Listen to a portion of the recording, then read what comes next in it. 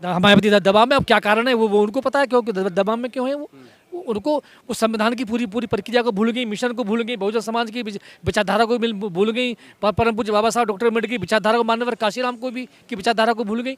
वो तो उनकी पता नहीं किस मनुवादी विचारधारा पर चल करके वो समाज का पतन कर रही है। नमस्कार, मैं राहुल नागपाल और आप देख रहे हैं हमारा यूट्यूब चैनल बोल 85। मैं दिल्ली में के कॉन्स्टिट्यूशन क्लब में हूं और मेरे साथ जो शख्सियत खड़ी हैं ये चंद्रहास मौर्य हैं। चंद्रहास मौर्य सरनेम से आप समझ गए होंगे कि बीपी मौर्य जो मानवर साहब काशीराम से पहले दलित राजनीति के बड़े चेहरा हुआ करते थे, उनके दत्तक पुत्र हैं। मौर्य जी, क्या चल रहा है यहाँ पे, क्या करने के लिए आप लोग आए हैं?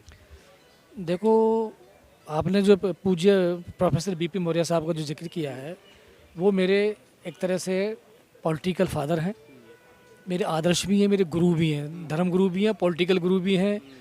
मुझे बोलना, जीने की कला और समाज सेवी के रूप में जो मुझे स्टैंड किया है, मैं उनका पूरा संपूर्ण जीवन आभार व्यक्त करूंगा। और मेरे पास कोई ऐसे शब्द नहीं है। परम पूज्य बाबा साहब डॉक्टर अम्बेडकर के बाद प्रोफेसर बीपी मौर्य साहब ने जो मुझे इस क्षेत्र में जो खड़ा किया है एक प्लांट के रूप में, तो इसके लिए मैं पूरा आजीवन उनका मैं ऋणी हूँ, आभार व्यक्त करूँगा। और उनकी विचारधारा को मजबूत करने के लिए दृढ़ संकल्प हूँ होल लाइफ। नहीं, आपने कहा मजबूत करने के लिए दृढ़ संकल्प हूँ।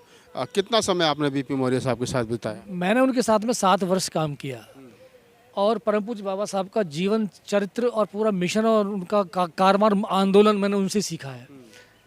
उसके बाद में मैंने उनको पढ़ा। पढ़ने के बाद में मुझे ये प्रमाणित हुआ कि हम उस समय गलत थे और परम पूज्य बाबा साहब डॉक्टर अम्बेडकर की विचारधारा और पूज्य बीपी मौर्य साहब का सही डायरेक्शन हमको उस समय मिला था। उस समय आप गलत थे। अभी आपको लग रहा है कि वर्तमान समय में जो मुल्क भर में राजनीति चल रही है उसमें कहीं बीपी मौर्य का विचार, डॉक्टर अम्बेडकर का विचार, काशीराम का विचार, जो SC ST OBC माइनॉरिटी की एक बहुजन समाज की राजनीति पर जिसके हमारे महापुरुषों ने कल्पना की थी, क्या वो साकार होता हुआ दिखाई दे रहा है या बिखर रहा है? ये जो आपने पूछा है, जितनी भी हमारे बहुजन नायक हैं, महापुरुष हैं, उनकी विचारधारा के आधार पर जो आप पूछ रहे हैं, मुझे तो नहीं लगता है कि उनकी विचारधारा पे काम हो रहा है। हम सब लोग जो है बिखरने की ही रास्ते पे हम चल रहे हैं। मानवर काशीराम ने 85 और 15 का रेशियो हमको दिया था कि हम लोग 85% हैं, 15% लोग हैं। लेकिन आज के परिप्रेक्ष्य में हम देख रहे हैं कि 85% लोग हैं, 85 भागों में बटे हुए हैं और 15% जो संगठित होकर के और पूरे देश पर शासन करने का काम कर रहे हैं। ये देश की आज़ादी के बाद आज तक ऐसा ही हो रहा है। आप कह रहे हैं कि देश की आज़ादी के बाद ऐसा हो रहा है। एक दौर ऐसा भी था कि उत्तर प्रदेश के अंदर एक समय ऐसा था कि उत्तर प्रदेश के अंदर बहुजन समाज की राजनीति की धमक थी। बसपा की पूर्ण बहुमत की सरकार थी, उससे पहले सरकारें रहीं। तो ऐसा तो नहीं है कि आज़ादी के बाद में काम नहीं हुआ, काम तो हुआ है। चाहे बिहार में मंडल कमीशन के बाद में लालू यादव मुख्यमंत्री हों, उत्तर प्रदेश में मुलायम सिंह यादव मुख्यमंत्री हों, SC ST OBC के 25-30 साल तक मुख्यमंत्री हैं, तो काम तो हुआ, ऐसा नहीं? देखो, काम, मैं तो इस काम को नहीं मानता हूँ कि हुआ है। जब दर्द था तो उस समय मूवमेंट भी था, आंदोलन भी था। आज जो है वो दर्द नहीं है। ये दर्द परम पूज्य बाबा साहब डॉक्टर अम्बेडकर के साथ चला गया, वही दर्द पूज्य बीपी मौर्य साहब के साथ चला गया, वही दर्द मानवर काशीराम के साथ चला गया। अगर उनका दर्द और थोड़ी फीलिंग्स भी होती ना, तो आज से समाज बहुत मजबूत होता और देश की सत्ता पर बहुजन समाज का ही व्यक्ति प्रधानमंत्री बन जाता। लेकिन हम लोग सही दिशा में नहीं जा रहे हैं, हम लोग भटक रहे हैं। आज के परिप्रेक्ष्य में हम क्या देख रहे हैं कि हर दिन एक पार्टी नई बना लेते हैं, लेकिन उसमें हमारे समाज का ही बंटवारा होता है। जब मान्यवर काशीराम बहुजन समाज पार्टी बना के गए, उससे पहले परम पूज्य बाबा साहब डॉक्टर अम्बेडकर ने Republican party of India founded की और प्रोफेसर बीपी मौर्य साहब और प्रोफेसर BC कामले, खोपड़ा गड़े और गायकवाड़ साहब ने, 4 लोगों ने वो रिपब्लिकन पार्टी ऑफ इंडिया को खड़ा भी किया।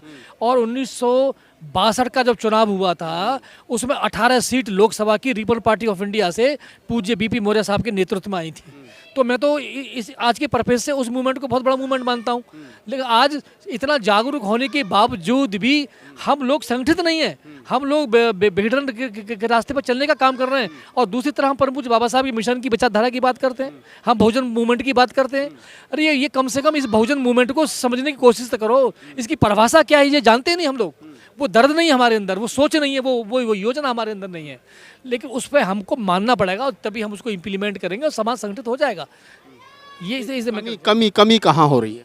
कमी हम दूसरों को दोषी नहीं बनाना चाहते हैं, हम खुद दोषी हैं इसके लिए।